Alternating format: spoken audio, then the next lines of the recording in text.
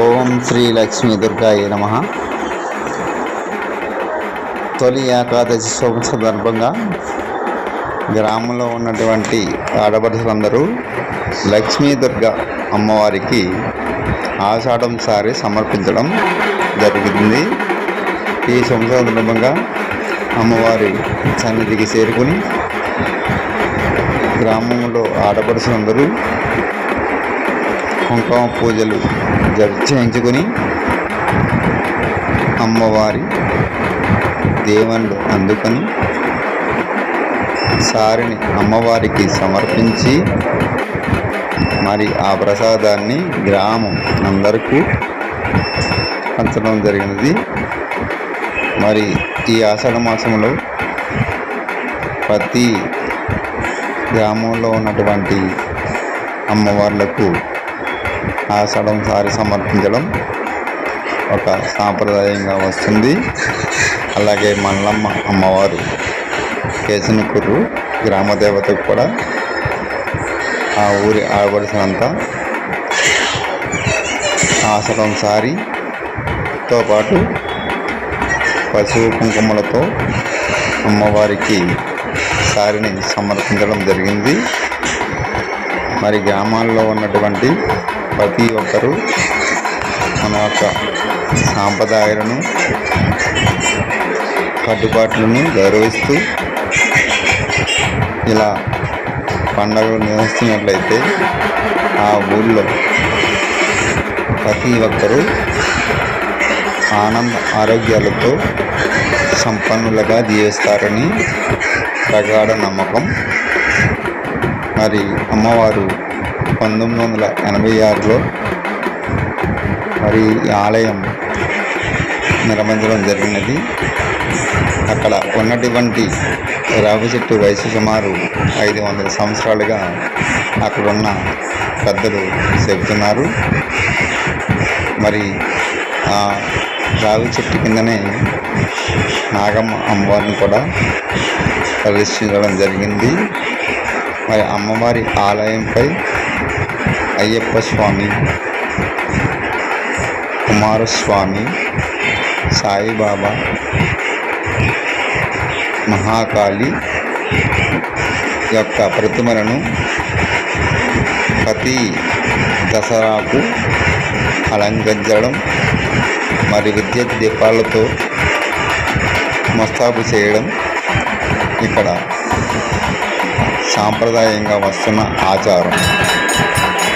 అది ప్రతి శుక్రవారం ఈ దేవాలయంలో భజన కాలక్షేపం జరుగుతూ ఉంటుంది. అలాగే మరి అంతరాలయంలో అర్చకుల చేత పౌర్ణమి పూజలు కూడా నిర్వహిస్తున్నారు. మరి చాలామంది దాంట్లో కూడా పాల్గొంటున్నారు. తెలియని వాళ్ళు ఎవరైనా ఉంటే మీరు కూడా పాల్గొనండి.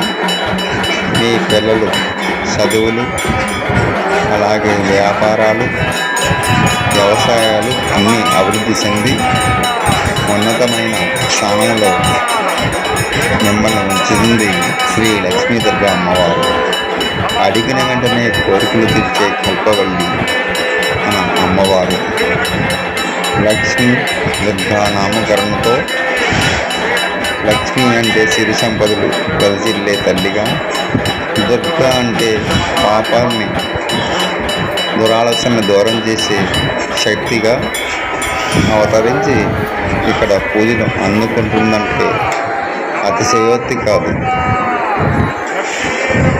మరి ఇక్కడ ఉన్నటువంటి ఆలయంలో చాలామంది అమ్మవారిని దర్శించుకొని మనసులో ఉన్నటువంటి కోరికను విన్నవించుకొని చాలామంది సంతోషించాలని తెలియజేయడానికి మేము ఎంతగానో ఆనందిస్తున్నాము.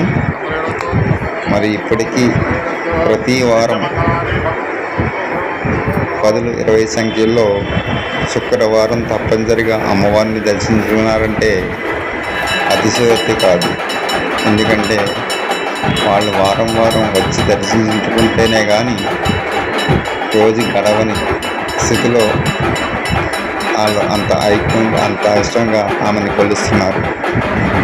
మరి వాళ్ళ ఇంట్లో జరిగే కార్యక్రమానికి మొదటిగా మరి చీర జాకెట్టు పసుపు కుంకాలు సమర్పించి ఆ శుభకార్యాలను ప్రారంభిస్తారు. తదుపరి ఆ కార్యక్రమం విజయం సాధించిన తర్వాత మళ్ళీ కొత్త దంపతులు వచ్చి అమ్మవారి మొదటి కుంకుమ పూజ జరిపించుకుని ఆ తరువాత తన కొత్త జీవితాన్ని ప్రారంభిస్తారు. గృహప్రవేశం, కొత్త వ్యాపారాలు ప్రారంభించే వాళ్ళు కూడా మొదటిగా అమ్మవారిని దర్శించుకుని అమ్మవారిని కోరుకుంటారు. అంతేకాకుండా శుభకార్యాలు నిర్వహించే ముందుగా మొదటి శుభలేఖను కూడా శ్రీ లక్ష్మీదుర్గ అమ్మవారికి సమర్పించి తదుపరి బంధుమిత్రులకు ఆ పత్రాలను శుభలేఖలను అందజేస్తారు. ఇలా చేసినట్లయితే ఆ కార్యక్రమానికి ఎటువంటి ఆటంకములు కలగవని ఇక్కడి భక్తుల నమ్మకం. దసరా సమయంలో, సంక్రాంతి సమయంలో మరి చాలామంది సొంత ఊళ్ళో వస్తారు. కానీ ఇక్కడ ప్రత్యేకత ఏంటంటే దసరా 10 రోజుల్లో దూర ప్రాంతాల్లో ఉన్నటువంటి ఇక్కడ గ్రామస్తులు ప్రజలు వచ్చి అమ్మవారిని 10 రోజులు పూజా కార్యక్రమాలు, భజన కార్యక్రమాలతో పాల్గొని అమ్మవారికి సమర్పించే ప్రసాదాలు సేవించి సంతోషంగా పిల్లా పాపలతో మరి ఈ కార్యక్రమంలో పాలుపంచుకుంటారు. ఆఖరి రోజునైనటువంటి రోజున దశమి అనంతరం మొదటి రోజు భారీ ఊరేగింపుగా మరి అమ్మవారి ఊరేగింపు జరుగుతుంది. మరి ఈ ఊరేగింపులో చిన్న పెద్ద పిల్ల ముసలి అందరూ కలిసి ఊరేగింపులో పాల్గొంటారు. మహిళలు అయితే 10-20 మంది గుంపులుగా ఏర్పడి ఒకే రకమైన వస్త్రధారణ ధరించి కోలాటాలు, అమ్మవారి పాటలు పాడుతూ ఉత్సాహంగా ఎంజాయ్ చేస్తారు. మరి యువకులు డీజే, డబ్బు మేళలతో, సినీ మ్యూజిక్ బ్యాండ్లతో అలరించే అందమైన ఆటలతో ఉత్సాహంగా పాల్గొంటారు.